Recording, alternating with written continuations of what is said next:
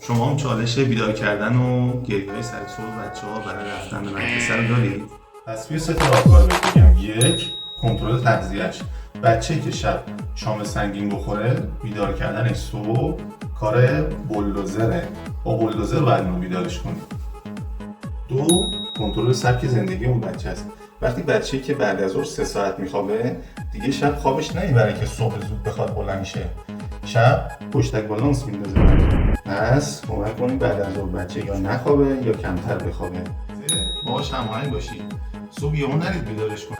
این وضعیت درست نیست آقا. شب قبل باهاش هماهنگ کنید. بگید من چه ساعتی میخوام بیدارت کنم، تو چه ساعتی میخوای بیدار بشی. پس هماهنگی با هم دیگه خیلی مهمه. فراموشتون نکنید. اصل کار چیه؟ اصل کار اونجایی که نوجوان بعد رفتن به مدرسه انگیزه نداره و ما این انگیزه رو درش ایجاد کنیم. وقتی میبینید که با دوستاش میخواد بره تفریح، کوه، 5 صبح بیداره. چرا؟ چون انگیزه درش ایجاد شده. پس این وظیفه پدر مادره که بتونن با همدیگه انگیزه